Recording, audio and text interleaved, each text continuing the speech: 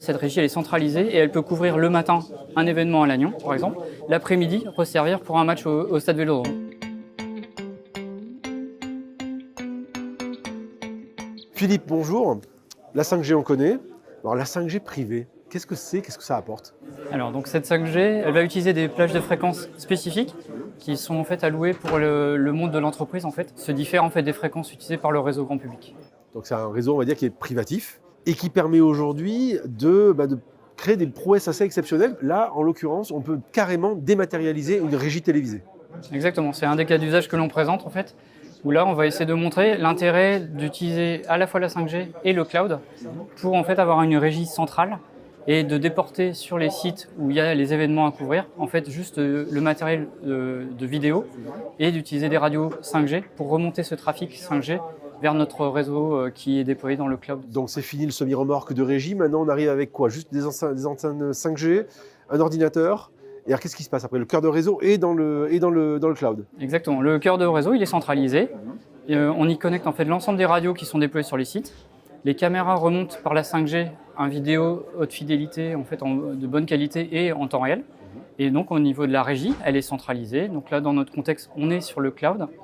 Et donc on voit l'ensemble des flux arriver et on définit en fait vraiment quel flux doit passer à l'émission en insérant en fait des templates, des logos ou du texte. Et tout ça, ça se passe en temps réel en fait. On n'a plus besoin en fait de déplacer des cas régie. Cette régie elle est centralisée et elle peut couvrir le matin un événement à Lannion, par exemple, l'après-midi resservir pour un match au Stade Vélodrome. Voilà. Ou on peut imaginer d'avoir les deux en même temps et d'avoir une régie qui permet tout simplement d'aller chercher les bonnes images au bon endroit, au bon moment, selon l'endroit. C'est idéal pour l'événementiel, c'est l'idéal pour tout ce qui est itinérance. C'est quoi les cas d'usage? Que ce soit les entreprises, par exemple, ils ont des caméras pour superviser les chaînes de production, pour détecter un défaut. Typiquement, sur une chaîne de fabrication, il faut une image de haute qualité qui remonte, qui soit traitée par exemple par des algorithmes d'intelligence artificielle pour détecter un défaut et prévenir en fait un robot comme quoi la pièce en fait est défectueuse. Donc ça, c'est le cas de la Smart Industry. Là, nous, on est plutôt sur un cas d'usage événementiel parce qu'il y a les Jeux Olympiques qui approchent. On est exactement dans la même logique, virtualisation d'un cœur de réseau et d'applicatifs dans le cloud et la capacité d'utiliser la 5G pour avoir quelque chose de très modulaire et de très rapide. Ça marche sur quel cloud? Et si je suis intéressé, je peux signer où? Aujourd'hui, on travaille beaucoup sur AWS parce que la partie marketplace est très riche en fait sur les offres de services. Ce qui est important aussi de retenir, c'est que sur le cloud, notre réseau s'adapte en fait à la demande et à la ressource. Donc en fait, il n'y a pas que l'aspect je déploie, il y a aussi mon réseau s'adapte.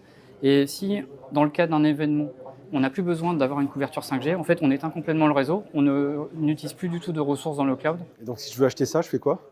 Alors si vous voulez acheter, en fait, l'offre elle est disponible sur la marketplace d'AWS. Parfait, merci beaucoup Philippe. Merci à vous. Orange Business.